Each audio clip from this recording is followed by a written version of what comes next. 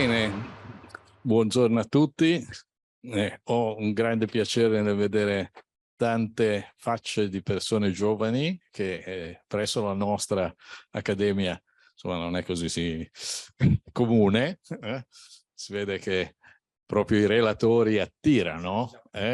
Siamo giovani dentro ma non si vede di fuori, quindi è un grosso problema. Allora, oggi la sostenibilità, il punto di vista dell'ecologo, ce ne parlano due ecologi, la Carla Morri, la professoressa Carla Morri e il professor Carlo Niche-Bianchi. È sempre difficile presentare persone che si conoscono da tantissimi anni. Eravamo studenti praticamente, quindi un anno prima, un anno dopo, giù di lì. Vita di queste due persone dedicata al mare. Gli studi sono cominciati, direi, in un ambito zoologico, come più o meno per tutti noi. Ecco, ci si ritrovava negli istituti di zoologia e anatomia comparata. All'epoca c'erano gli istituti. E dopodiché, va bene, la strada, siamo andati a finire in giro per il mondo. Carla e Niche sono anche andati a lavorare all'Enea e dopodiché sono ritornati in Ateneo, per nostra fortuna. No, tranquillo, non è questo il problema. Bene, da allora abbiamo fatto tantissime cose assieme, vorrei ricordarne una sola. Abbiamo partecipato a fondare la Società Europea, la Federazione Europea delle Società Marine, le MFS. E quanti danni, esatto. E in quell'occasione, va già bene che eravamo assieme, non so se ve lo ricordate, io sono diventato completamente afono e mi toccava praticamente parlare a gesti. Fortunatamente loro due, ben noti anche all'estero, eravamo in Francia, eravamo a Parigi, e c'era diverse persone anche di peso del CNRS. Non era un'allusione ai presenti.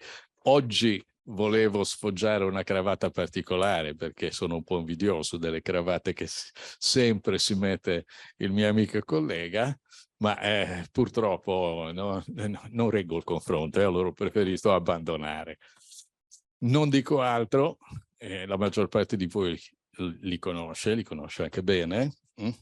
Mi aspetto una bella conferenza e vi lascio la parola, il prima possibile. Va bene, dice che è perfetto. Va bene, grazie Giancarlo. Buonasera a tutti, grazie anche alla Presidenza e alla Segreteria dell'Accademia che ci hanno accolti e ci hanno invitato a tenere questa conferenza. Giustamente noi siamo ecologi, quindi parleremo questa sera della sostenibilità dal punto di vista dell'ecologia e vi presenteremo le nostre riflessioni sotto forma di dialogo. Allora, se riusciamo ad andare avanti. Molti termini dell'ecologia sono ormai diventati di moda, sono di uso comune, anche usati in maniera impropria, a volte anche abusati. Voi non vedete, come ad esempio il caso del termine della biodiversità, usato per indicare la fauna, o dell'ecologia per la raccolta dei rifiuti. Nella prossima, questa slide che come immaginate è stata scattata in un ambito francofono, i termini biodiversità e ecologia vengono utilizzati per reclamizzare una fattoria di cui abbiamo censurato il nome doverosamente, che produce e vende uova e pollame.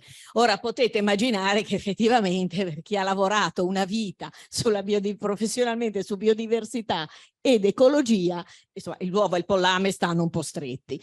Comunque, e ci sembra che un pochino sta succedendo così anche per il discorso della sostenibilità di cui si parla molto in ambito di pubblicità, addirittura in ambito di programmi elettorali, in ambito di progetti economici e industriali.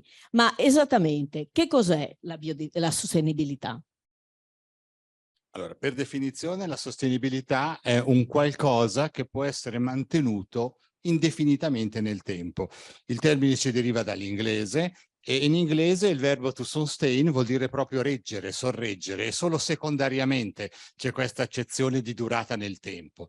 E per questo, ad esempio, i francesi, ma anche i tedeschi, preferiscono usare il termine durabilità anziché sostenibilità, proprio per mettere l'accento sul fatto che deve poter continuare nel tempo e non solo sostenersi momentaneamente. Nell'87 le Nazioni Unite hanno coniato l'espressione sviluppo sostenibile, che da allora di fatto è diventato un elemento giuridico per tutte le nazioni che si occupino del problema degli impatti sull'ambiente, dello sviluppo, eccetera.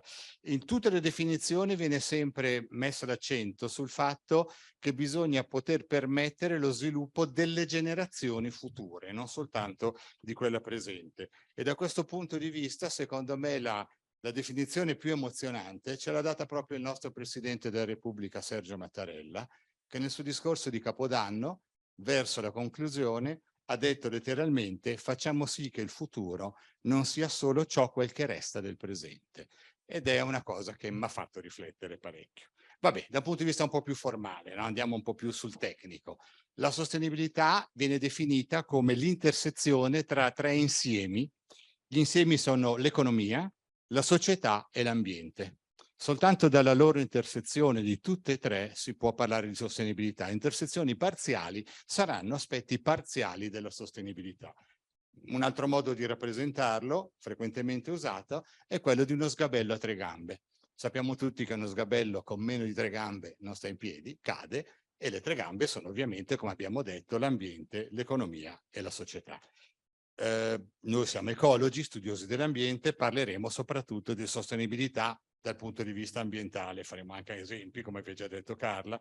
Ovviamente non potremo evitare qualche piccola escursione, di cui mi scuso perché sono incompetente in aspetti di società, e certamente anche qualche confronto con l'economia. Oggi parlare di ecologia senza parlare di economia è diventato impossibile nell'ecologia moderna. Eh sì, in effetti ecologia e economia hanno una radice comune, sapete tutti, oikos, che vuol dire la casa, l'ambiente. L'ecologia si occupa soprattutto dello studio dell'ambiente, l'economia della gestione dell'ambiente. Quindi queste due scienze sono molto affini, però in certi momenti sembra che abbiano preso due strade diverse.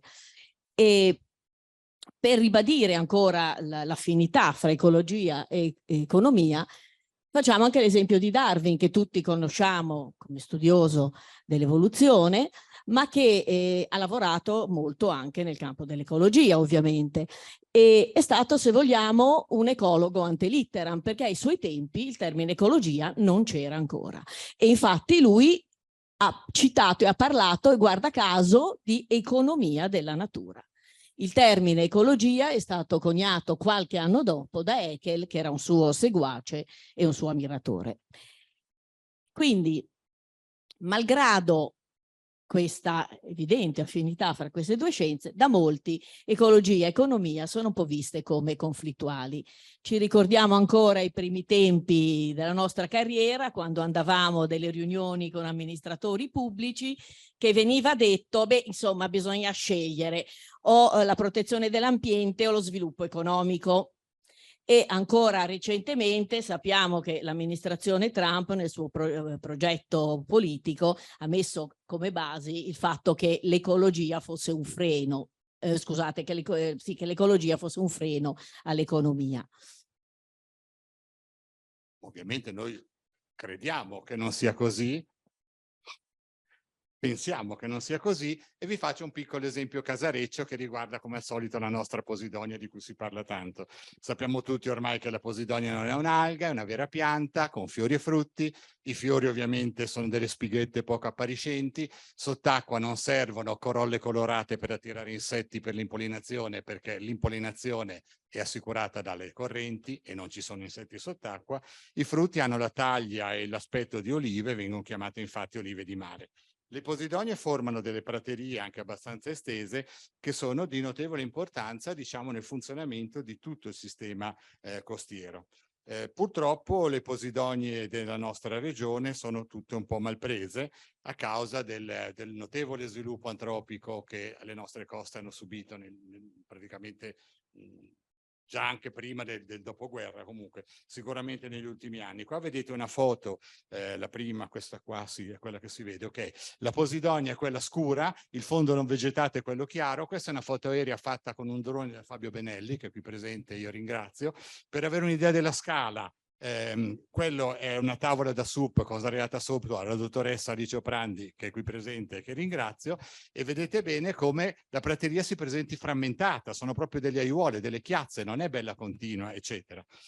Se andiamo un po' più in profondità, la foto aerea non penetra, bisogna immergersi, ma di nuovo vediamo come la posidonia si è presentata ormai da pochi ciuffi residuali e il resto invece di fondale è tutta prateria morta, si vedono un po' i resti, eccetera. E questa è una situazione generalizzata, chi più chi meno, di tutta la Liguria. Sulla posidonia della Liguria sappiamo parecchie cose, perché più di 100 anni fa il professor Raffaele Issel, professore presso il nostro Ateneo, si interessò di posidonia.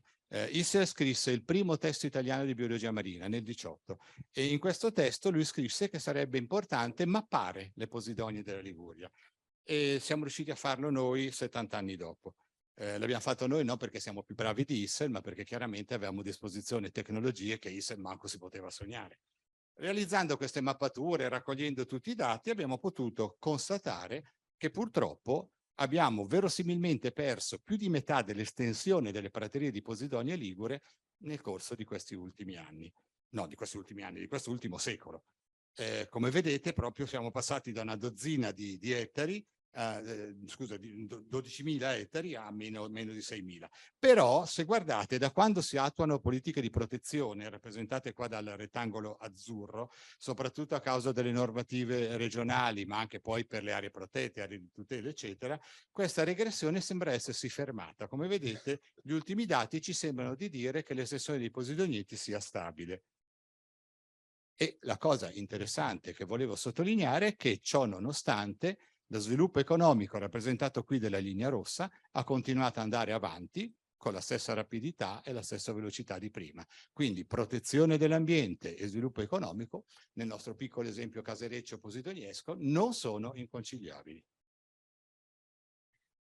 Stiamo assistendo comunque allo sviluppo di una cosiddetta economia green, che vuole essere rispettosa dell'ambiente e che vorrebbe inglobare, diciamo così, fare sue nella teoria economica anche alcuni aspetti della teoria ecologica. E fra questi contributi che l'ecologia può fornire all'economia verde, noi parleremo qui di demoecologia, cioè l'ecologia della popolazioni, del significato di impronta ecologica, dell'importanza dei sistemi e servizi ecosistemici, del valore del capitale naturale, dei limiti, se ci sono, dello sviluppo, del significato di resilienza e dell'ipotesi del disturbo intermedio. Siamo degli ecologi marini e quindi i nostri esempi saranno soprattutto ovviamente legati agli ecosistemi marini. Cominciamo comunque a parlare di demoecologia. Abbiamo detto l'ecologia delle popolazioni, in particolare la popolazione umana. Premessa, la teoria ecologica ci dice che le popolazioni naturali di animali, vegetali, batteri, funghi, quelle che volete, qualunque organismo, tende a crescere secondo una curva che è chiamata del potenziale biotico, che è una curva esponenziale. curva potenziale, perché chiaramente non è sempre, anzi non è mai possibile realizzare appieno la capacità di crescita della popolazione. L'ambiente cerca di frenare queste crescite così vivaci, esponenziali, in modo da mantenere le popolazioni sotto quella che è la capacità portante degli ecosistemi per quella popolazione. La resistenza dell'ambiente si attua, si esplicita in molti modi, dalla depauperamento, scusate, delle risorse, al degrado dell'habitat, al sovraffollamento, alla diffusione di epidemie, all'aumento dell'aggressività. Qua mi sembra di leggere la cronaca di questi ultimi anni, a dire la verità. Comunque, vabbè, insomma, diciamo che la resistenza dell'ambiente tipicamente frena lo sviluppo delle popolazioni. La popolazione umana ha subito il freno della resistenza ambientale almeno per tutto il Paleolitico. Se ci fate caso, noi vediamo che negli ultimi 100.000 anni, più o meno circa, c'erano poche decine di milioni, forse neanche 100 milioni di umani al mondo. Dall'anno zero, come vedete, invece comincia una crescita rapidissima. Vediamola un po' più in dettaglio.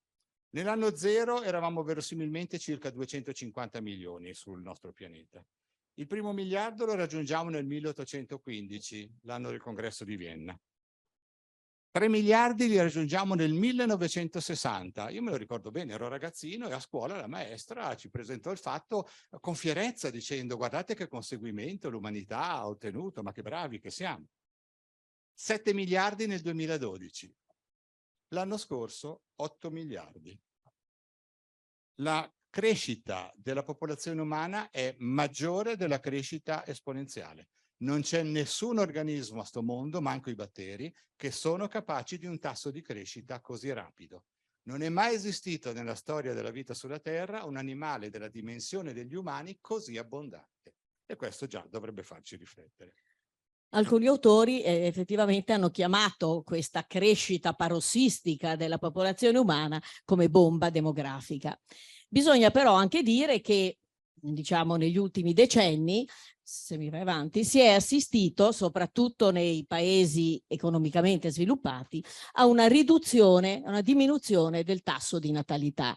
Questo ci potrebbe far pensare che almeno la popolazione, se riusciremo un pochino a contenerla, questo aumento della popolazione umana, a contenerlo entro limiti più accettabili. Però c'è un però. Questa ad esempio è la piramide demografica italiana, abbastanza recente, in cui ci sono le varie classi di età. E se vedete cosa comporta il fatto che la natalità è diminuita, che vengono a mancare i giovani. Se vedete le fasce di età fino ai 20 anni sono pochi.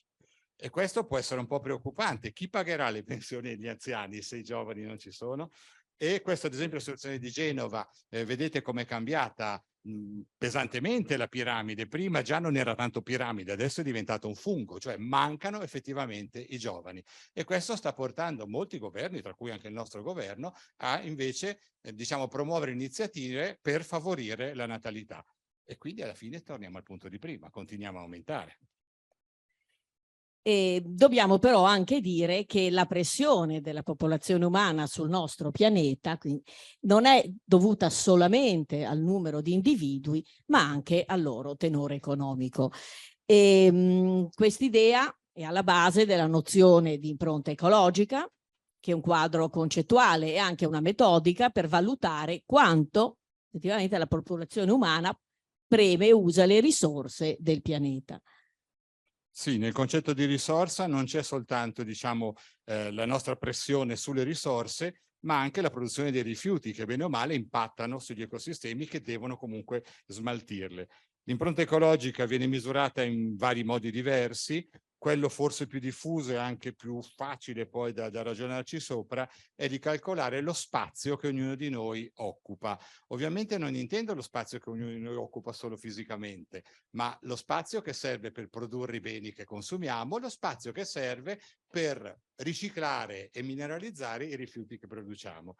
Si può calcolare quindi in ettari, e si possono fare calcoli ad esempio sulle intere nazioni o comunque su aziende, attività varie, eccetera. E se lo facciamo sulle nazioni, ad esempio, e facciamo un planisfero, come vedete in basso a destra, in cui le nazioni sono raffigurate non con la loro superficie reale, ma con gli ettari che richiedono in termini di impronta ecologica, vedete che le nazioni occidentali, come quelle nordamericane, l'Europa, anche il Giappone, sono enormi. Le nazioni africane sono piccolissime. Questo comporta che se noi estendiamo gli ettari alla superficie della Terra, che sappiamo più o meno quant'è, anzi senza più o meno, possiamo calcolare che se tutti vivessero, tutti gli abitanti del mondo vivessero col tenore di vita degli italiani, non basterebbero 2 pianeti e mezzo per farci vivere tutti. Se tutti vivessimo col tenore di vita degli statunitensi, ci vorrebbero quasi 5 pianeti per contenerci tutti. Questo in altri termini vuol dire che il nostro tenore di vita di noi occidentali che ci possiamo permettere, ce lo possiamo permettere perché c'è molta gente nel mondo che vive sotto la soglia di povertà. Un altro modo di rappresentare l'impronta ecologica è di spalmarla sul calendario e vedere quindi rispetto alla disponibilità di risorse che gli ecosistemi del nostro pianeta producono ogni anno, vedere noi quanto ne consumiamo. L'ideale, capite bene, sarebbe che noi arrivassimo fino al 31 dicembre dell'anno senza aver consumato le risorse prodotte in quell'anno. In realtà ormai da molti decenni non è così. Dagli anni 70 abbiamo cominciato a non essere più così. L'anno scorso abbiamo consumato queste risorse dell'anno il 28 luglio, quindi praticamente poco più di metà anno. Il che vuol dire che per il resto dell'anno abbiamo intaccato le scorte, cioè stiamo rosicchiando effettivamente quel che resta del pianeta. Comunque, al di là del fatto di vedere quanto è l'impronta ecologica delle diverse nazioni o delle aziende o delle fabbriche, cosa possiamo fare noi, singoli cittadini, per ridurre la nostra personale impronta ecologica? Certamente qualcosa possiamo fare. Questo è uno slogan che conoscete tutte, no? Le famose 3R. Dovremmo cercare di ridurre i nostri consumi, di riutilizzare i materiali, di evitare il più possibile l'usa e getta, il monouso, eccetera, che tanto ha preso piede negli ultimi decenni, e riciclare il più possibile. Chiaramente riciclare non dipende solo dai singoli individui, perché noi possiamo differenziare, ma poi bisogna che la società metta in piedi la filiera industriale per riciclare. La nostra impronta ecologica individuale comprende più voci. Può stupire che più di un quarto della nostra impronta ecologica è dovuto alle nostre abitudini alimentari. Anche qua rivediamo un attimo la teoria ecologica che ci dice che nelle catene alimentari fondamentalmente il rendimento è intorno al 10%, quindi ogni passaggio di livello trofico il 90% viene bruciato dalla respirazione, viene consumato e solo il 10% passa. Questo cosa comporta? Che i cibi che noi mangiamo, ad esempio, se io mi mangio il mio etto di fettina di vitello, è come se mangiassi 1 chilo di verdura. Finché mangiamo prodotti della terra, la situazione va abbastanza bene. Quando mangiamo prodotti della terra, mangiamo soprattutto vegetali, pane, pasta, riso, legumi, verdura, frutta, e quindi va bene, mangiamo a livello più basso, l'impronta è la minima possibile. La carne che mangiamo è relativamente poca ed è carne di erbivoro, quindi secondo livello, e quindi va bene. Quando invece ci dilettiamo, e purtroppo a Genova ci dilettiamo, di mangiare prodotti del mare, il discorso si fa diverso. Noi non mangiamo quasi vegetali marini, a parte qualche alga che mettiamo nel sushi, non mangiamo praticamente erbivori, mangiamo pesci carnivori. E spesso mangiamo pesci carnivori di alto livello, i cosiddetti predatori apicali. Quando mangiamo un tonno, quando mangiamo una fettina di tonno di 100 grammi, come era quella di vitello, è come se mangiassimo 1 tonnellata di vegetali. L'impronta ecologica di mangiare il tonno è pesantissima. Qua mi sono divertito a farvi comparati 2 menù, uno diciamo di degustazione prodotti di terra e uno di degustazione prodotti di mare. I menù sono completamente analoghi, costruiti proprio allo stesso modo. Se io mangio prodotti del mare, ho un apporto calorico un po' minore, il che ci fa solo bene. Però dal punto di vista di equivalenti della produzione vegetale, io mangio 25 volte quello che mangerei se mangio prodotti di mare. La mia impronta ecologica, scusate, di terra, la mia impronta ecologica se mangio prodotti marini è 25 volte superiore a che se mangio prodotti terrestri. Ogni pranzo di mare che faccio vale 25 pranzi di prodotti terrestri. Il problema del prodotto, diciamo, marittimo è anche il fatto che tutti gli oceani della Terra ormai sono un po' al limite, sono veramente un po' troppo pescati. Il Mediterraneo addirittura si ritiene che sia diciamo, sovrasfruttato per il 90% delle risorse. Ovviamente il Mar Ligure non è da meno, ormai vedo che ne parlano anche i media. Questa è una pagina del secolo XIX che giustamente dice il Mar Ligure è sempre più povero. L'impatto della pesca non è solo purtroppo sulla risorsa pescata, che abbiamo detto si fa più scarsa, ma anche su risorse che in realtà non ci interesserebbero. La pesca pelagica, ad esempio, può impattare squali, cetacei, tartarughe, addirittura uccelli marini, che certamente non sono il bersaglio della pesca. La pesca demersale, quella di fondale, può impattare meccanicamente con gli habitat di fondo, danneggiandoli meccanicamente. Io credo che chiunque sia mai andato sott'acqua avrà visto scene come questa. Una rete da pesca, che è praticamente indistruttibile perché ormai sono di plastica, che rimane agganciata ai fondali e continua a impattare per tempi interminabili.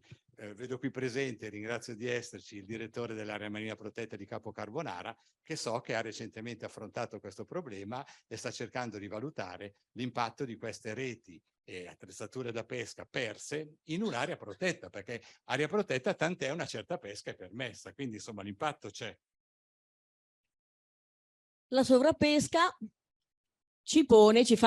è un esempio eclatante di quello che è il problema del consumo delle risorse. L'economia classica era ben cosciente che la scarsità di risorse era un freno per l'economia, ma l'aveva sempre risolto pensando di migliorare l'efficienza nel prelevare queste risorse, non certo nel proteggerle. Come vedete, solamente diciamo dagli anni 60 l'economia si è posta il problema del degrado ambientale e del fatto che questo degrado ambientale contribuisce a una riduzione dei servizi ecosistemici.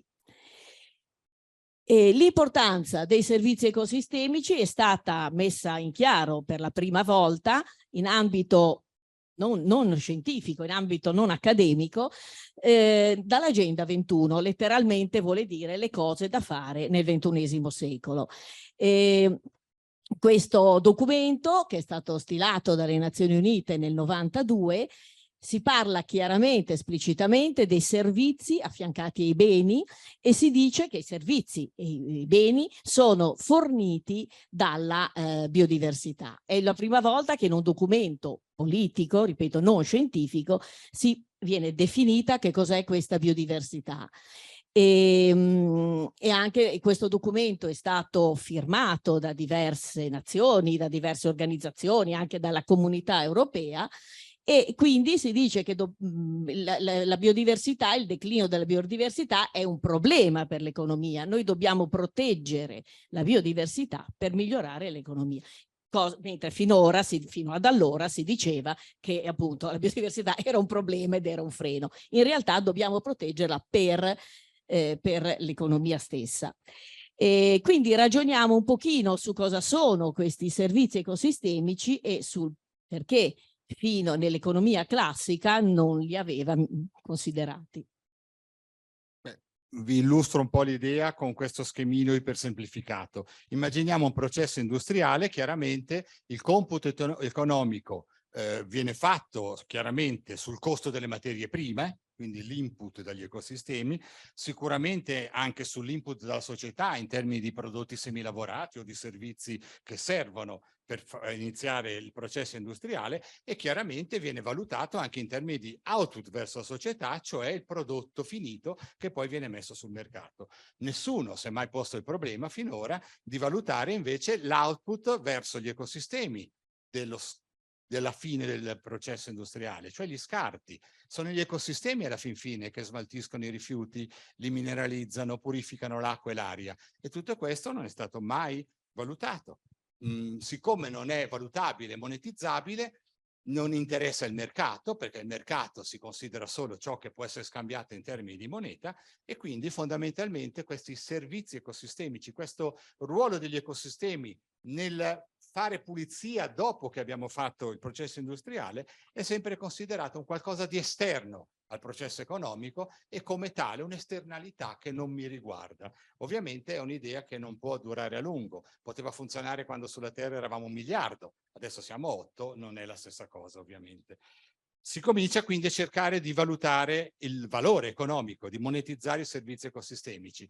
Il primo passo chiaramente è qualificarli e quantificarli, e vi presento qui quello che credo sia il documento ormai più accettato, che è quello fatto dalle Nazioni Unite nel 2005, che definisce 4 categorie di servizi ecosistemici, ognuna delle quali può avere un valore intrinseco diverso.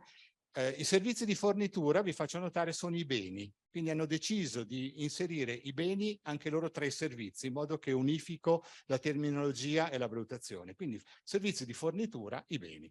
I servizi di supporto, cioè tutti quei beni che però non sono di nostro interesse diretto, ma che servono fondamentalmente a far funzionare il sistema, tipo la produzione primaria.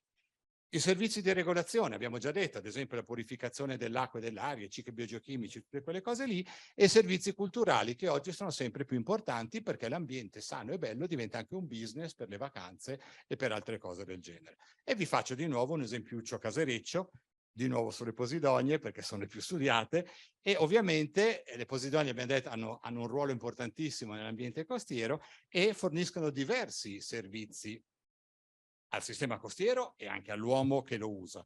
E in uno studio recentemente fatto, qua al DISTAV, a cui ho avuto la possibilità di partecipare, sono stati un po' identificati i principali servizi che vanno dalla produzione di biomassa ittica all'ossigenazione delle acque a soprattutto la protezione della costa, perché le praterie di posidonie smorzano il moto ondoso, trattengono i sedimenti e quindi frenano l'erosione delle coste. Se pensate quanto vale un metro di spiaggia in Liguria, vi fate un po' l'idea di che valore può avere una cosa del genere. Fatto gli opportuni calcoli, si è stimato che le posidonie valgono 1.720.000 euro per ettaro per anno.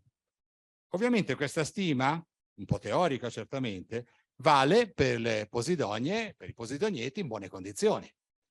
Le posidonie degradate della Liguria, chiaramente non possiamo pretendere che una prateria malmessa dia gli stessi servizi di una prateria vigorosa.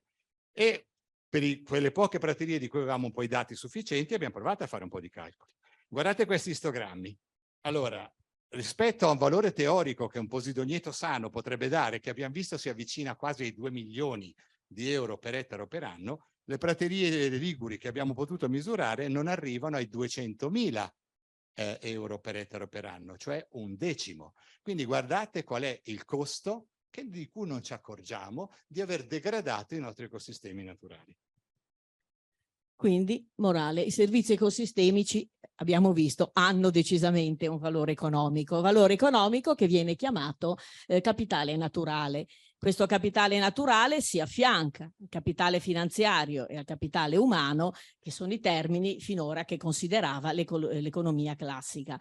Vi faccio presente, ritorniamo a quello che dicevamo all'inizio, lo sgabello a 3 gambe, società, economia e natura.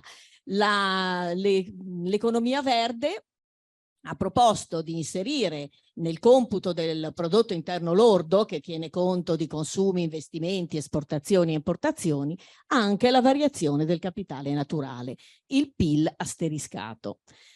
Tanto per fare un esempio, se una nazione decidesse di radere tutti i suoi boschi per farne vendere legname e farli diventare lotti di aree edificabili, certamente il suo PIL classico aumenterebbe, ma il suo PIL asteriscato avrebbe un crollo. Bob Kennedy, un politico quindi, non un ecologo, in il suo discorso per la corsa alla Casa Bianca, prima di essere ucciso, quindi ben prima che si parlasse di PIL asteriscato, faceva la considerazione che il PIL tiene conto di aspetti umani, culturali, sociali un po' discutibili, mentre non tiene conto di tutti quei valori legati alla dignità della vita.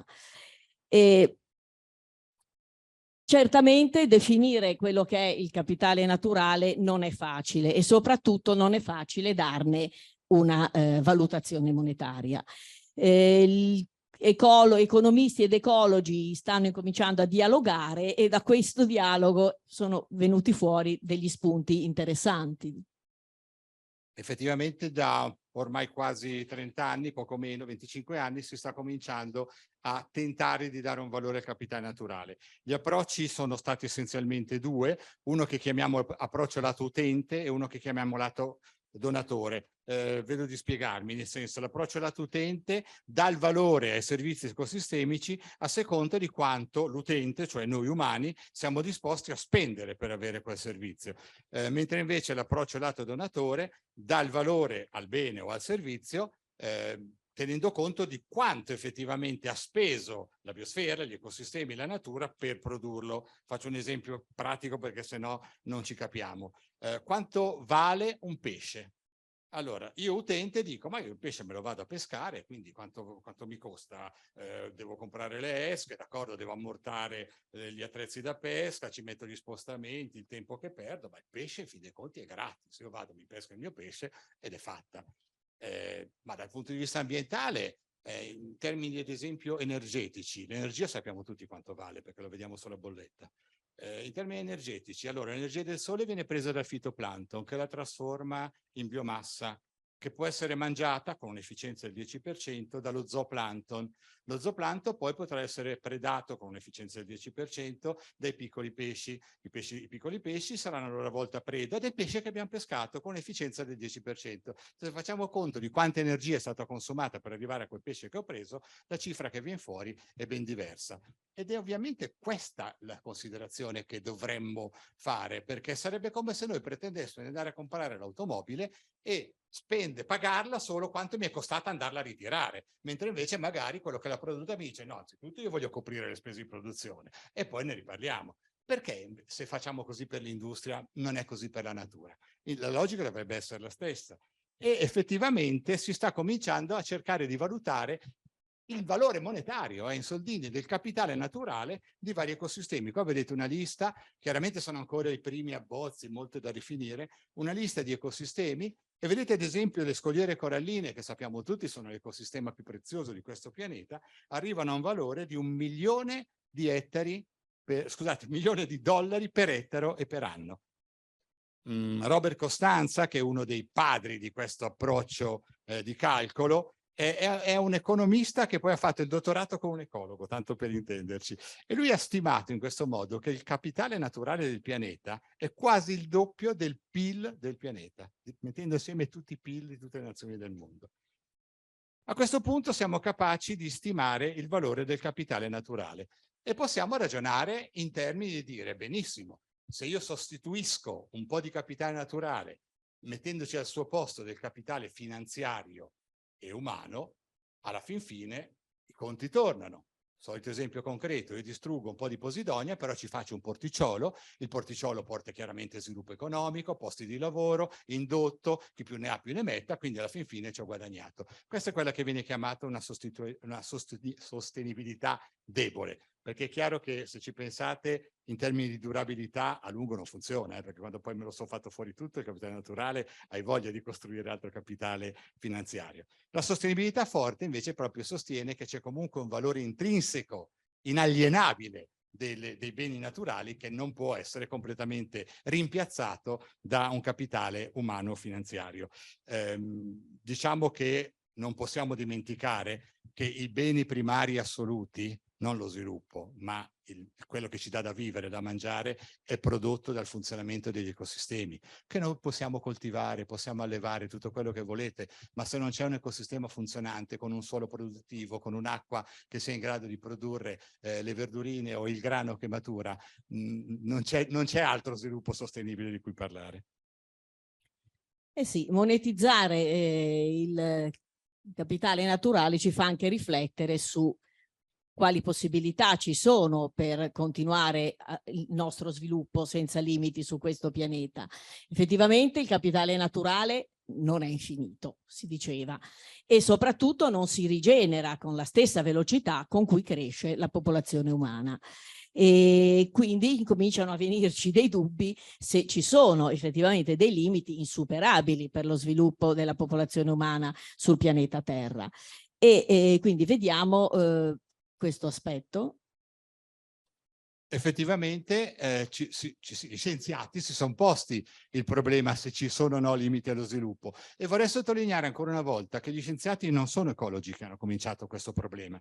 Chi promosse questa cosa fu Aurelio Pecei, un imprenditore italiano che all'epoca di questo studio credo che fosse amministratore delegato dell'Olivetti, prima era stato manager della Fiat, che incaricò l'MIT di Boston di fare uno studio usando i primi calcolatori dell'epoca, quei calcolatori enormi a valvole che occupavano pareti, e questi ricercatori dell'MIT raccolsero tutti i parametri possibili e immaginabili che riguardavano, diciamo, lo sviluppo della popolazione umana, lo misero nel calcolatore e fecero dei modelli per vedere come andavano le cose e se potevano continuare ad andare. Questo è il risultato, e vedete che le previsioni di quel modello furono che nei primi decenni del terzo millennio, adesso, ci sarebbe stata possibilità di una forte crisi della nostra società. Non dico certo la fine del mondo, ma chiaramente un cambiamento del nostro modello di vita. Ovviamente questo modello, questa pubblicazione fece molto scalpore, se ne parlò molto anche a livello mediatico, diciamo quelli che sono più giovani da più tempo se lo ricorderanno, ma alla fin fine destò anche un po' di scetticismo, anche negli scienziati stessi. Non eravamo ancora abituati ai modelli al calcolatore, ma questi modelli cosa sono? La realtà è un'altra cosa, eccetera. Per cui alla fin fine non ebbe poi questo gran peso reale. Tante chiacchiere, ma poco sostanza. Allora i ricercatori dell'MIT, stavolta autonomamente, 30 anni dopo, aggiornarono i dati e con nuovi dati e con calcolatori più performanti rifecero la stessa analisi. Risultato che ritengo abbastanza agghiacciante: i nuovi dati confermavano appieno le previsioni del modello del 70. I dati reali sono la linea intera, le previsioni sono il puntinato. Come vedete è impressionante vedere quanto ci avevano dato nel 70, con i mezzi del 70 all'andamento. A questo punto rilanciano il modello e le cose si confermano. Questi ricercatori vengono a dire: guardate che nel 2030 possiamo aspettarci una crisi globale del nostro sviluppo socio-economico. 2030 è dopodomani, adesso tanto per dire. Io magari non ci sarò, ma qualcuno sì.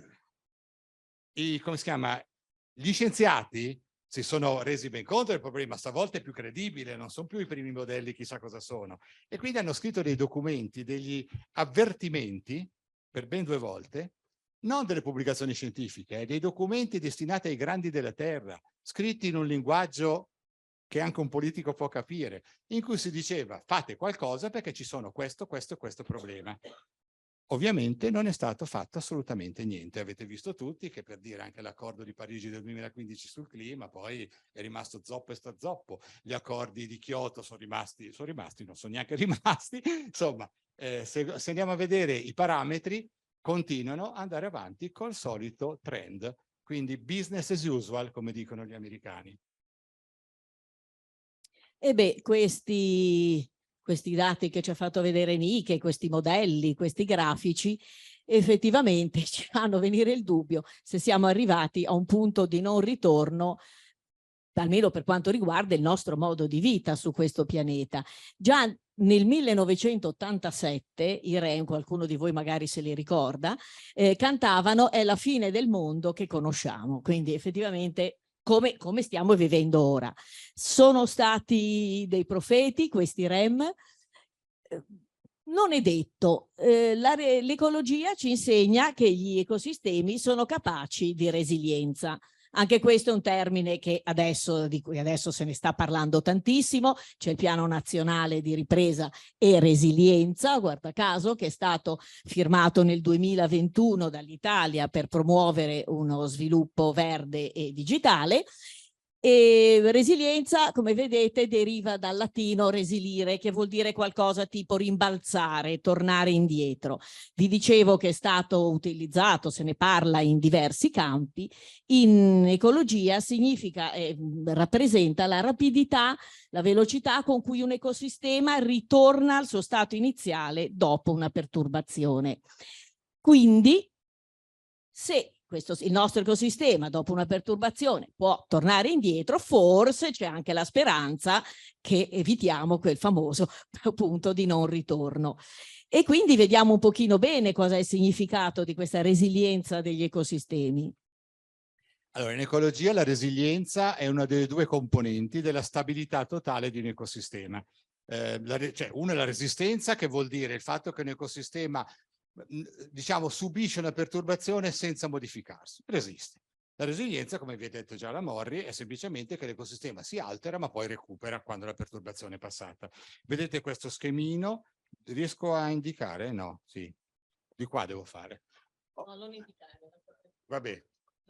Lo vedete da solo. Una bacchetta? Vabbè, ma sì, vabbè, no, ma è giusto. Penso che riusciate a seguire tutto lo stesso. Un pappafico. Allora, questa diciamo è la normale traiettoria dell'ecosistema. A un certo punto c'è una perturbazione, la funzione dell'ecosistema si altera e diciamo la misura di resistenza è proprio quanto si altera la funzione dell'ecosistema. Se si altera poco l'ecosistema è resistente, se si altera molto l'ecosistema è poco resistente. La resilienza invece, come abbiamo detto, è il tempo che ci mette a tornare come era prima. Questo è uno schemino che trovate chiaramente su tutti i libri di testo di ecologia, ma nella verità dei fatti, e c'ho anche qua un esempio casareccio ligure sulle posidonie. Questo è uno studio fatto da un giovane Paolo Guidetti, che è qui presente, ringrazio, che oggi è professore ordinario, dirigente di ricerca e responsabile del Genoa Marine Center.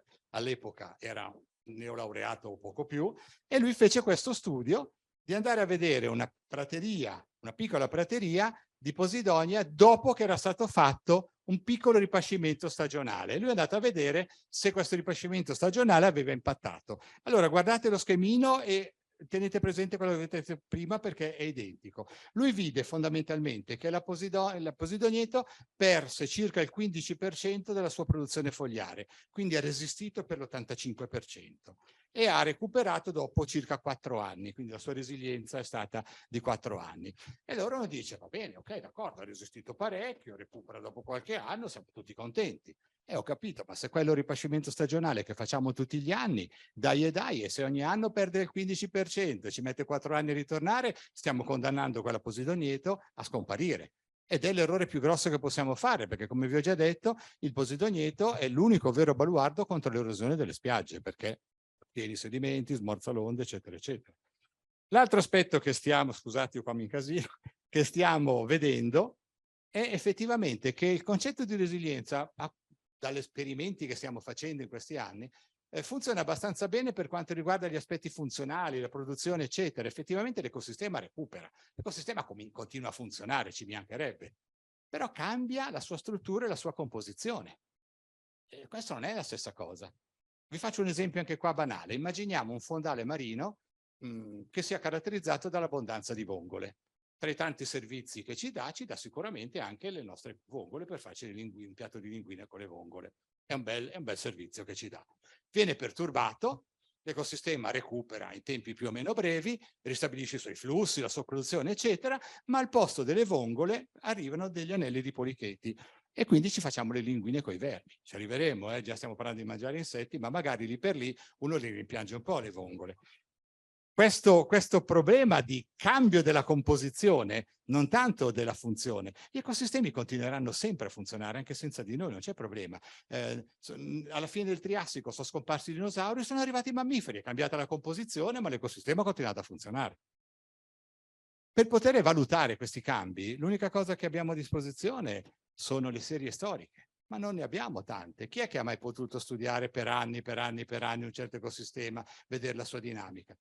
In Liguria siamo fortunati perché abbiamo qualche esempio, e un esempio che mi piace illustrarvi è questo qua della storia della secca di Punta Mesco. È un progetto che attualmente sta seguendo in prima persona la dottoressa Annalisa Zola, che è qui presente e ringrazio. E tutto nasce dal fatto che Gianni Roghi, un fotografo subacqueo appassionato, decise di andare a fare delle foto ai fondali rocciosi, consegnò queste foto a una biologa marina, la professoressa Lucia Rossi, la quale guardò le foto, quantificò quello che c'era e lo pubblicò. Quindi noi abbiamo un riferimento del 61 com'era la secca del Mesco.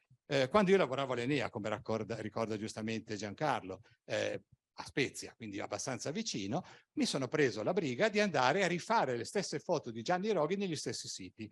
E abbiamo visto che effettivamente Per circa 30 anni il cambiamento è stato modesto e relativamente graduale. Poi improvvisamente, di colpo, è successo qualcosa, c'è stato un cambiamento enorme nella composizione che poi si è mantenuto stabile per altrettanti anni, e sicuramente Annalisa in una prossima conferenza ci racconterà a che punto siamo arrivati. Questo è quello che noi chiamiamo cambiamento di fase, phase shift in americano. I colori sono specie diverse, vedete benissimo che la composizione specie da prima a dopo è cambiata, ed è cambiata abbastanza di colpo.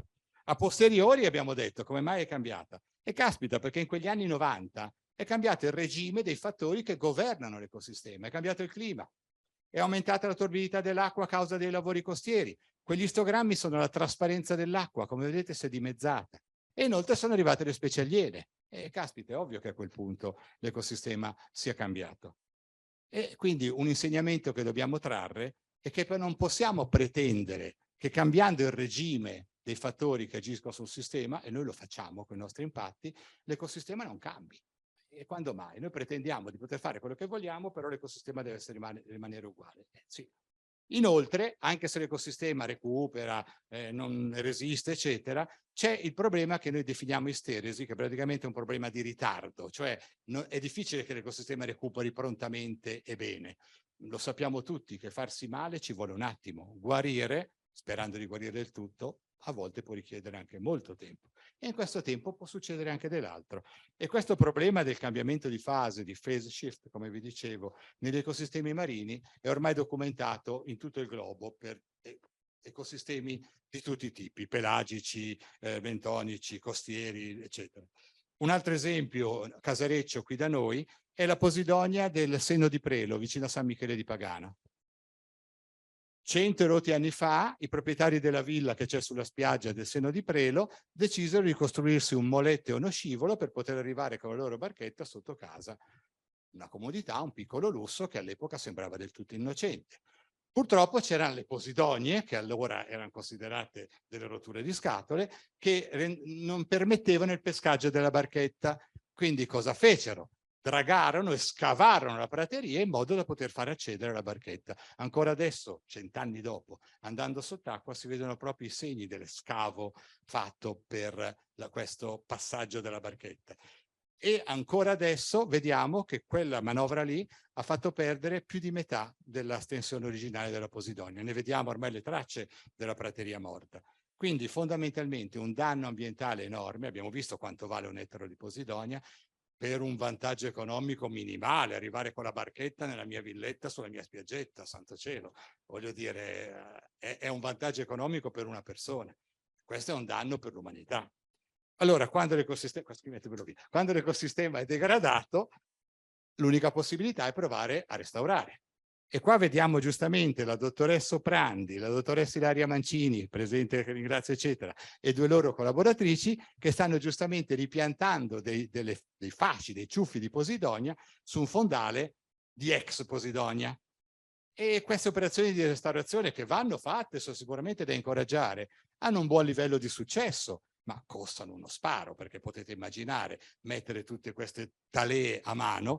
E inoltre anche la scala del lavoro, cioè prima di riuscire a raggiungere le densità tipiche di un posidonietto sano, quante ore di lavoro subacqueo, i costi diventerebbero enormi. E inoltre abbiamo visto i tempi di recupero sono molto lunghi, abbiamo visto che dopo 100 anni la prateria di Prelo non ha mica recuperato.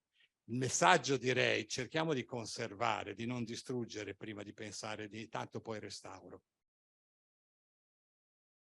Da queste considerazioni, quindi abbiamo visto che comunque gli ecosistemi sì, hanno la resistenza, la resilienza, però a seguito di disturbi ripetuti inevitabilmente sono soggetti a un degrado, e noi sappiamo che gli ecosistemi degradati non ci forniscono quei servizi ecosistemi di cui abbiamo bisogno per la nostra vita. Alcuni dicono che siamo arrivati tardi, che non è più sostenibile il nostro modo di vita e che dobbiamo tornare indietro. Alcuni ecologi, anche in maniera un po' provocatoria, hanno hanno tirato fuori questo termine di decrescita felice, da contrapporre ai termini classici dell'economia, che vedevano una crescita sempre e comunque positiva, contrapposta a una stagnazione o peggio una recessione negativi. Questa decrescita felice, io vi ho riportato qui lo stesso il termine che viene utilizzato nei nostri libri, che è la traduzione però dell'americano prosperous, e vabbè, vi faccio notare che comunque una decrescita prospera non è esattamente una decrescita felice. Comunque, su questo argomento chiaramente si sta molto discutendo, si sta molto dibattendo, ci sono delle persone che sono favorevoli, altri che sono dei detrattori e che dicono che questa decrescita felice è un'utopia. È anche vero che comunque a tutt'oggi non ci sono ci sono stati forniti esempi di decrescita felice. E quindi anche in questo caso l'ecologia ci può venire in aiuto. Negli ultimi decenni si sta parlando dell'ipotesi del disturbo intermedio, che potrebbe fornirci un'alternativa a questo inevitabile degrado degli ecosistemi. Fine anni 70, primi anni 80, diversi ecologi, lavorando su ecosistemi diversi, scogliere coralline, foreste pluviali, eccetera, hanno elaborato questa ipotesi che la biodiversità e quindi le funzioni dell'ecosistema sono massime in una situazione di disturbo, di perturbazione, che non è né troppo alta né troppo bassa, intermedia. Questo è un cambio di paradigma enorme rispetto all'ecologia che dei decenni precedenti, che aveva sempre ritenuto che meno disturbo c'è, meglio è. In particolare si diceva: se c'è troppo disturbo, l'ecosistema subisce un controllo dai fattori fisici che sono selettivi, escludono le specie meno resistenti, quindi la diversità si abbassa, mentre invece se non c'è disturbo, il controllo è fatto dagli organismi stessi. Ognuno si specializza nel suo ruolo, tanti ruoli, tante funzioni, l'ecosistema è in equilibrio, quasi idilliaco. C'è un aspetto triste, se vogliamo, di questa visione. Vedete che è una retta, il che vuol dire che ogni piccolo disturbo che io aggiungo, e non posso evitarlo, gli impatti umani aggiungono disturbo, per quanto piccolo comporta una perdita di biodiversità, è ineluttabile. In questo modo c'è da dire: benissimo, allora gli umani se ne vadano su un altro pianeta e lasciamo stare questo pianeta tranquillo. Quest'idea di questo equilibrio idilliaco deriva da una visione classica di natura all'equilibrio, che risale addirittura ai pensatori greci. C'era Erodoto che parlava: la natura è in equilibrio perché così vuole la divina provvidenza. È la divina provvidenza degli dei che tiene la natura in equilibrio e fa sì che le cose non si incasinino. Ma lo stesso Darwin, che ha rivoluzionato le scienze naturali, non ha mai messo in discussione l'idea dell'equilibrio di natura, semplicemente ha sostituito alla divina provvidenza la selezione naturale. Oggi si comincia a pensare che in realtà gli ecosistemi non siano tanto regolati dalla divina provvidenza o dalla selezione naturale, ma fondamentalmente sono un po' regolati come il gioco del Monopoli. Cioè, in assenza di disturbi, il vincitore più abile o più fortunato vince tutto, prende tutto, come cantavano gli ABBA più o meno in quegli stessi anni, no? Il vincitore prende tutto. Si prende tutti gli alberghi, tutte le casette, le piazze, non so se vi ricordate il Monopoli, in Vicolo Stretto, in Parco dei Giardini, quelle cose lì, e gli altri giocatori vengono buttati fuori dal gioco. Quindi chi domina esclude gli altri. La cosa che mantiene vivo il gioco un po' più a lungo sono quei disturbi rappresentati dalle cartelline degli imprevisti della probabilità. Se quello che c'è tutti gli alberghi e tutte le case si trova un imprevisto che dice pagate una tassa su ogni immobile che avete, magari è costretto a vendere qualche immobile, rimettere un po' di soldi in banca e a liberare risorse per gli altri giocatori. Gli ecosistemi, si ritiene, potrebbero funzionare così. Quindi fondamentalmente l'ecologia del disturbo prevede che, ok, se c'è troppo disturbo il controllo è fisico, le specie sono escluse e quindi si ha impoverimento. Se c'è troppo poco disturbo, il controllo biotico non porta all'equilibrio, porta al fatto che il vincitore prende tutto, il dominante esclude gli altri. È nella situazione intermedia che ci sarà il massimo di biodiversità e di funzionamento dell'ecosistema. E vi faccio osservare che quindi a questo punto esiste una finestra in cui, cambiando di poco il disturbo, non succede niente alla biodiversità. Quindi se noi entriamo nell'ottica di studiare e capire qual è il normale regime di disturbo degli ecosistemi in cui andiamo ad impattare, possiamo riuscire a modulare, a regolare i disturbi che noi introduciamo in modo che restino in quel range, in quell'ordine di grandezza del normale funzionamento dell'ecosistema. Allora sì che forse potremmo sperare che l'ecosistema non si modifichi troppo eccessivamente. E guarda caso, mentre in ecologia si parlava dell'ipotesi del disturbo intermedio, hanno preso campo le procedure di VIA, di valutazione di impatto ambientale. Queste procedure prevedono che a fronte di progetti ingegneristici che vanno a impattare sull'ambiente, venga fatta una valutazione, un quadro ambientale e delle valutazioni degli ecosistemi pre e post operazionali per valutare appunto lo stato degli ecosistemi su cui si è andati a impattare. Anche qua qualche esempio di noi altri. 1970 non si parlava assolutamente di valutazione di impatto ambientale, assolutamente. 1970, quelli di noi che sono giovani da più tempo ricorderanno che c'è stata l'alluvione a Genova, alluvione che è descritta nelle liriche della canzone Dolce Nera di Fabrizio De André. Riascoltatevela perché vi fa veramente venire il magone. Questa alluvione comportò delle vittime, comportò molti danni. Tra i tanti danni, moltissime automobili sinistrate, trascinate via dal Bisagno. E queste automobili erano da smaltire. E qualcuno ebbe la brillante idea di dire: buttiamole in mare e creiamo habitat per i pesci. Oh, detto fatto, le hanno prese senza nessuna valutazione, senza nemmeno toglierci il carburante, le batterie, eccetera, e le hanno buttate in mare al largo di Punta dell'Olmo, vicino a Varazze, su un fondale fangoso tra i 35 e i 50 metri, per fare questa scogliera artificiale che avrebbe fatto arrivare pesci a iosa, no? Qualche anno dopo io fui incaricato, ero un giovane professionista, di andare a vedere, morale, questa scogliera com'era, se effettivamente era stata così benemerita come si pensava. Fece alcuni rilevamenti che furono immersioni in un cimitero d'auto nel buio e nel torbido. Le carcasse d'auto non erano state assolutamente colonizzate da alghe, spugne, coralli, niente. Erano coperte di fanghiglia e di ruggine. Di pesce non ce n'era granché. L'insegnamento è che in assenza così di ogni valutazione e di ogni appropriata misura, non abbiamo fatto altro che aumentare l'inquinamento del mare, che non ce n'era proprio bisogno a tutti i costi. Guardiamo qualche anno dopo, siamo verso la fine degli anni 70, si comincia a ragionare delle prime tentativi di valutazione di impatto ambientale.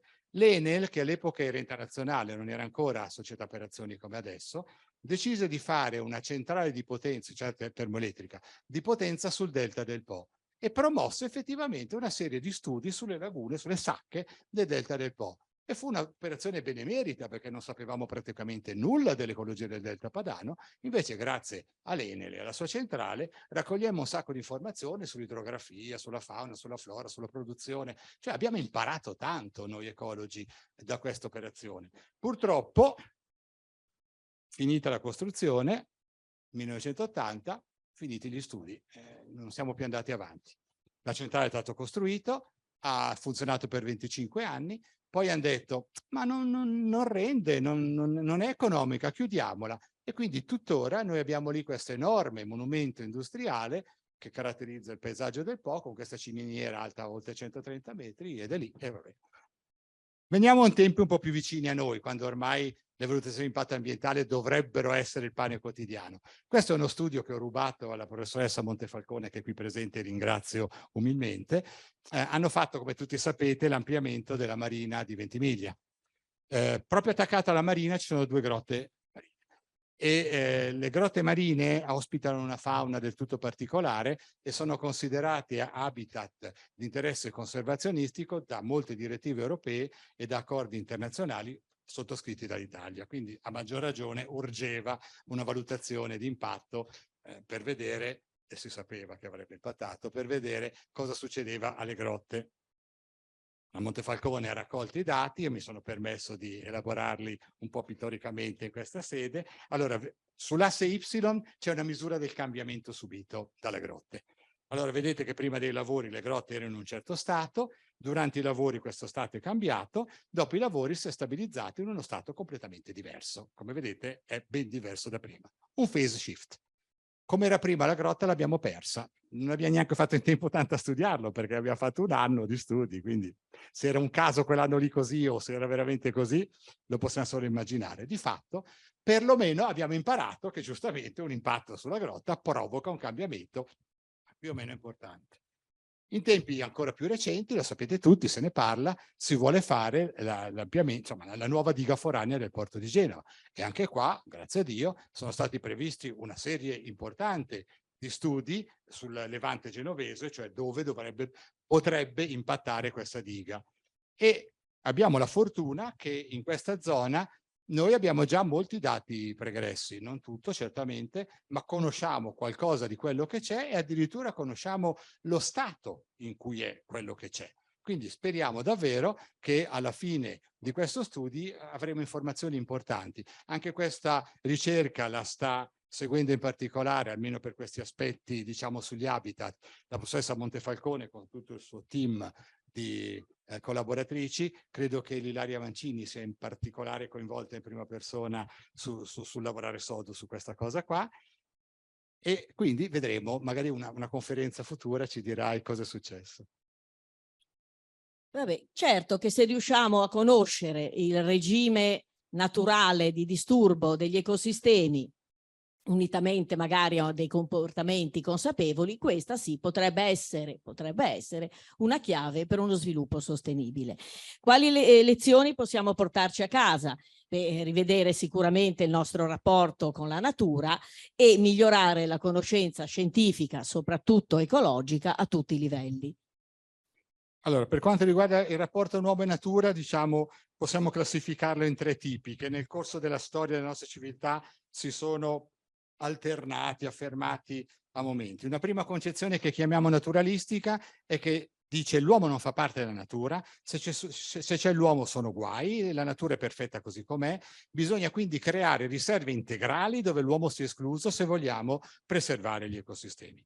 Una concezione imperialistica dice: ma come? Dio ha creato l'uomo padrone della natura, noi possiamo disporne a piacimento, dobbiamo vincerla, dominarla e sfruttarla. E una concezione che chiamiamo arcadica, che invece dice uomo e natura possono e debbono vivere in perfetta armonia. È una concezione che è sempre stata considerata utopistica, forse lo è, però credo che dobbiamo fare tutti gli sforzi possibili per rendere realistica se vogliamo uno sviluppo sostenibile, perché vedete bene che non ci sono altre vie. Ma la cosa che vorrei sottolineare è che qualunque sia il punto di vista del rapporto con la natura che noi prendiamo, viene fuori il problema della conoscenza. Ad esempio qua vediamo degli autori classici, Epicuro piuttosto che Lucrezio, dicevano che l'uomo fa parte della natura, compartecipa ai suoi processi, ma chiave per la nostra felicità, per la nostra vita serena, è la conoscenza della natura. Per la letteratura umanistica e rinascimentale spessissimo torna fuori il concetto dell'importanza della conoscenza della natura. E persino i sostenitori del fatto che l'uomo deve dominare e vincere la natura dicevano che si può vincere e dominarla solo conoscendola. Quindi qualunque sia il vostro punto di vista, la chiave è migliorare la nostra conoscenza della natura. Purtroppo la cultura naturalistica diffusa è molto bassa, in Italia particolarmente, ma non solo in Italia. Nella scuola dell'obbligo ce ne viene insegnata pochissimo e addirittura stiamo assistendo in questi ultimi anni al nascere di un pensiero antiscientifico che è abbastanza preoccupante, voglio dire, a parte i terapiatisti o cose del genere. Si sente in giro molto pensiero antiscientifico. In realtà noi siamo invece convinti che l'ecologia, la scienza della natura in generale, debba essere insegnata sin dalla scuola dell'obbligo. Siamo convinti che i politici, i manager, gli amministratori, gli economisti debbano avere l'ABC dell'ecologia. L'ABC. I media ci parlano di economia, ci parlano di come si chiama la società, eccetera. Di ambiente non ce ne parlano mai, se non in occasione di catastrofi. Allora, se non abbiamo una buona conoscenza della natura, soprattutto se non ce l'ha chi governa poi la nostra società, come facciamo ad avere uno sviluppo sostenibile se non c'è sensibilità da parte di chi fa le cose, di prendere decisioni dei problemi che può comportare l'impatto ambientale? Vabbè, insomma, restano evidentemente ancora tante cose da fare e non solamente per gli ecologi. Per questa sera ci fermiamo qui, vi ringraziamo per la vostra attenzione e alla prossima.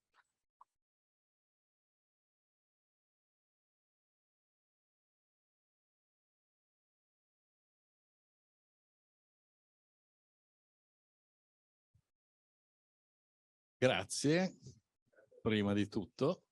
Allora, molto rapidamente mi sono dimenticato di dire che la vostra conferenza fa parte del nostro seminario permanente sulla transizione ecologica.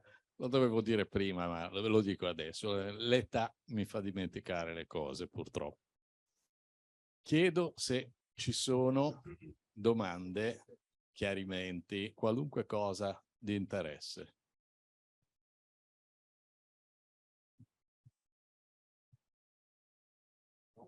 Dritto. Sì. Così si sente? Eh? Sì. Non che voglia essere il primo, ma poi devo occupare mia figlia che mi sta chiamando, quindi fuggirò.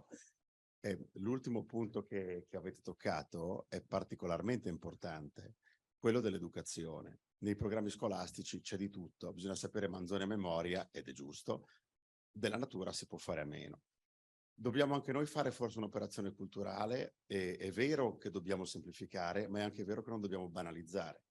Per esempio, i bambini piccoli conoscono a memoria 1000 modelli di iPhone. Non è un problema alla fine se noi parliamo di complessità ambientale. Cerchiamo spesso di semplificare fin troppo qualcosa che invece complesso è. E poi un altro spunto che a me è piaciuto molto leggendo qualche libro di Mujica: la Terra è un sistema finito e non possiamo spremerlo più di quello che è. C'è un'altra cosa che è finita, che non è dilatabile, che è il tempo. Cioè in quel modello economico in cui siamo, in cui tutti corriamo, in cui il nostro tempo viene riempito da questa corsa non si sa dove, stiamo perdendo la cognizione del tempo che è a disposizione della nostra vita. E lui diceva giustamente una frase che mi ha illuminato: banale, tanto banale, però quando la leggi ne prendi coscienza. In realtà questa corsa economica, PIL che sfalta, eccetera, o ricchezza che noi cerchiamo di accumulare per avere cose spesso assolutamente non essenziali, perché per vivere non è essenziale la connessione, è essenziale mangiare, bere, respirare. E in questa corsa smodata ad acquistare sempre di più spesso cose non essenziali, noi non compriamo col denaro, compriamo col tempo che sacrifichiamo della nostra vita per guadagnare quel denaro che ci serve per comprare le cose non essenziali. Escludiamo dalla nostra vita i rapporti umani, gli affetti, che sono sostanzialmente la parte più importante. Direi che hai fatto due osservazioni molto importanti. Su quest'ultima ti rispondo con una battuta della filosofia orientale, no? Che dice: noi occidentali viviamo come se non dovessimo mai morire e moriamo come se non avessimo mai vissuto. Proprio per riferirti a questo cattivo uso del tempo che abbiamo noi, no? D'altra parte i Beatles cantavano già all'epoca: la vita è così breve che non c'è tempo per sbattersi in questa maniera. Quindi, come vedi, tutto sommato un po' le cose le sapremo se ci pensiamo. La cosa importante che hai detto è quel riferimento ai bambini. Cioè, fino alle ultime generazioni di pochi anni fa, i bambini erano istintivamente attratti dalla natura. Erano tutti naturalisti in erba. Poi la nostra scuola li rifaceva completamente e la natura gliela faceva abbandonare perché diventava una cosa noiosa e li indirizzava ad altri interessi. Attualmente le ultime generazioni non vedono più neanche la natura, non giocano con la natura, giocano con i gadget. Questo non lo so se è una buona cosa. Effettivamente dobbiamo molto lavorare su queste cose.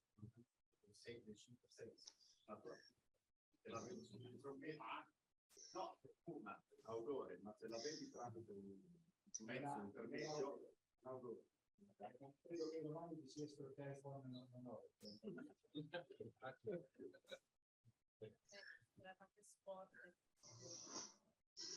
Avrei una domanda. Vado un attimo io molto veloce. Grazie per la presentazione. Solo una piccola cosa in un contesto complessissimo. A un certo punto si è fatto il paragone, quando si parlava di impronta ecologica, tra cibo di terra, chiamiamolo, e cibo di mare. Mi è venuto da pensare, quando si parla di cibo di terra, spesso è frutto di allevamento intensivo, monocolture che quindi creano disboscamenti, quindi magari tutta una serie di impatto che forse spesso in alcuni casi viene meno per quanto riguarda il cibo di mare. Mi chiedevo se in questo grosso calcolo questa cosa fosse stata considerata. Certamente i problemi sono sempre più complessi di quanto si cerca di scommettizzare. Indubbiamente sappiamo addirittura che gli allevamenti di bovini intensivi sono una delle tante cause dell'aumento dell'effetto serra. Quindi diciamo che ci siano altri aspetti da valutare oltre agli ettari, eccetera, è sicuramente vero. Una considerazione generale che però farei sempre in queste cose è che noi ormai gli ecosistemi terrestri dal Medioevo li abbiamo modificati a jamais. Cioè non sappiamo neanche più se riusciremo a farli tornare come erano. Quindi questo ormai è un dato di fatto, cerchiamo solo di migliorare la situazione, di non peggiorarla. Gli ecosistemi marini sono l'ultima barlume di naturalità che esiste sul pianeta, perché sono ancora gli ecosistemi in cui l'uomo è entrato relativamente poco, perché gli impatti che abbiamo sul mare sono comunque enormi. Però se non salviamo almeno gli oceani, ragazzi, di questo pianeta cosa ci rimane? Quindi, insomma, però certamente è vero quello che hai detto, allevamenti intensivi e coltivazioni intensive, anche perché per dire, qua mi spiace doverlo dire, ma credo che sia giusto rifletterci, l'agricoltura biologica che tutti vediamo in maniera favorevole, alcuni hanno calcolato che non potrebbe mai comunque soddisfare il bisogno alimentare di 8 miliardi di umani. Se non continuiamo con agricolture meccanizzate, chimicizzate, eccetera, le produzioni non si riescono a mantenere a quei livelli. Quindi insomma, il problema è molto più complesso effettivamente e temo che dobbiamo prepararci a una prossima crisi socio-economica, che magari io non vedrò, ma qualcuno di voi sì. Una domanda dall'estero? Cosa devo fare? Posso parlare io? L'ho scritta io. Ah, è presente? Sì, sto guardando, Posso parlare? Vabbè, comunque, Baia del Silenzio, Esatto, una baia sì. che tutti conosciamo. Io da ragazzo ci andavo a fare il bagno e anche lì c'era una bellissima prateria di Posidonia estesa.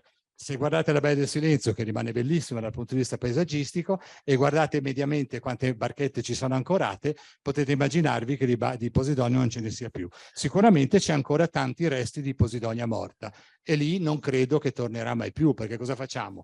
Dobbiamo togliere tutte le barche, riforestare, aspettare quel secolo e mezzo per vedere se le cose vanno bene. Insomma, vabbè, Ma la cosa, la Baia del Silenzio e la Baia della Posidonia. la cosa è peggiore, la interrompo, perché nell'inverno scorso il comune di Sestri Levante ha fatto dei lavori nella diga di protezione e ha cambiato il regime delle maree interne.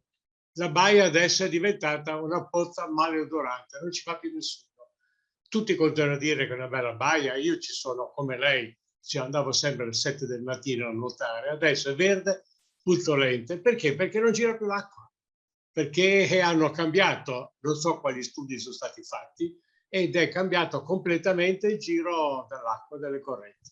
Lo immagino, io non ero a conoscenza di questo recente fatto, ma l'ho visto sotto casa mia, io abito a Prieruggia, a Quarto, allora. e nel 2003 hanno creato una nuova diga per, diciamo, proteggere la spiaggia dall'erosione, solito discorso. Sì. Questa nuova diga ha di fatto ulteriormente confinato le acque della baia e tutti i bambini che vanno a fare il bagnetto nelle acque della baia di Prieruggia hanno cominciato ad avere dermatiti, infiammazioni della cornea, congiuntiviti, eccetera. Perché ovviamente il ricambio d'acqua è diminuito, gli apporti del Rio Prieruggia, che certamente non è un torrente murmure e pulito, ma è fondamentalmente una cloaca a cielo aperto, ristagnano nella baia di Prieruggia. Ogni qualvolta facciamo un'opera senza troppo riflettere, è facile che facciamo un danno. In poche parole, non dighe de palanca, quelli lì, lo capisce neanche lì. Detto così, in genovese. E vorrei sapere, poi vado a vedere chi erano i progettisti di quella modifica, poi glieli scrivo, ma c'è scritto, c'è il cartello dei colpevoli, sindaco compreso. Va bene, era solo una polemica, ma... No, ma condivisa. Lo credo. Grazie. No, era giusto, diciamo, un aggancio a quello che diciamo, almeno quello che ho potuto osservare è che al giorno d'oggi il contatto con la natura viene presentato come qualcosa, diciamo, che è sporco, non igienico, viene demonizzato, quindi diciamo già magari soprattutto anche dopo, diciamo, l'episodio del Covid, ancora di più la gente tende, ad allontanarsi, a rinchiudersi sempre di più. Quindi, non so. Può essere, anche questo però fa parte dell'educazione sotto sotto alla fin fine. Il fatto che cominciamo a avere paura della natura è preoccupante, indubbiamente. Lo so. Ci sono altre domande? Sì. Breve, tanto ti ringrazio Carla e Nick per questa conferenza e per i dati che ci avete mostrato e anche per le prospettive che ci sono. Mi auguro, anche vedendo la platea qui presente di giovani, che spero possano continuare, non solo questi ma anche altri in questi studi. Una osservazione o considerazione che possiamo fare: parliamo di biodiversità, che è estremamente importante, biodiversità degli oceani, dei mari, bisogna mantenerli. Non so se abbiamo mai pensato che noi, esseri umani, apparteniamo a un genere che è rappresentato da un'unica specie. C'è solo Homo sapiens. Quando l'Homo sapiens coesisteva con altri generi Homo, la situazione era più controllata, più equilibrata. Non so dire come si può fare o cosa si deve fare in questa prospettiva, però purtroppo, anche se siamo molto bravi, abbiamo 2 begli emisferi cerebrali molto sviluppati, eccetera, purtroppo per certe cose non impariamo mai sufficientemente le lezioni. Per alcuni di noi penso che si ricordino, passando alla foce, c'è un palazzo costruito prima della guerra, c'è il Palazzo degli Invalidi, dove c'è scritto che le guerre sono un fatto della storia che l'uomo non ha, una lezione della storia che l'uomo non ha mai imparato sufficientemente. Ecco, io non vorrei che in un altro palazzo ci fosse un'altra frase scritta in questo modo, riferita alla biodiversità, riferita alla vita del pianeta. Non voglio essere negativo e pessimista, io penso invece che sicuramente riusciremo a trovare, però, come diceva giustamente Paolo Guidetti, il tempo. Abbiamo poco tempo. Se sono veri quei modelli... Abbiamo poco tempo e dobbiamo investire su educazione, insegnamento, conoscenza, a tutti i livelli. Grazie. Sacrosanto, sono d'accordo con te. Credo che per la guerra, come per il degrado ambientale, se non impariamo dagli errori fatti in passato, continueremo a rifarli. E questa forse è la nostra condanna, che siamo tanto intelligenti, ma non siamo capaci di ricordarci quello che abbiamo fatto.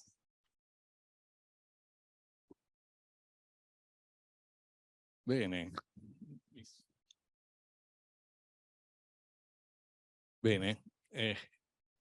Di cose da metterci a chiacchierare ne avrei troppe.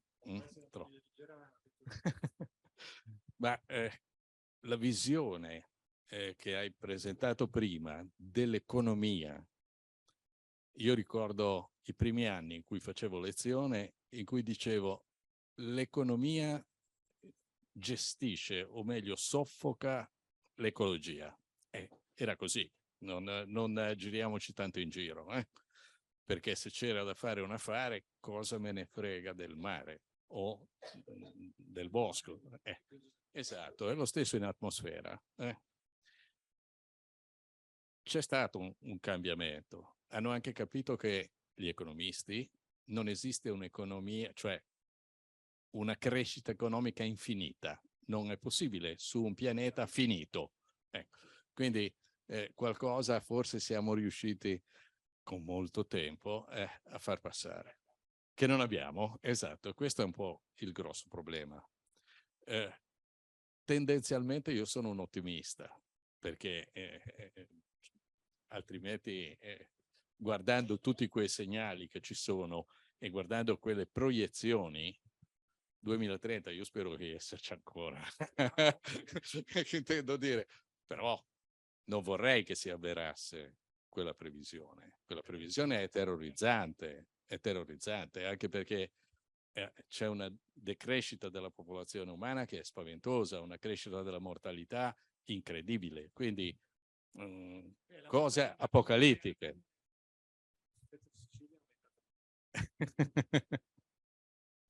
Questo è cattivissimo. Va bene.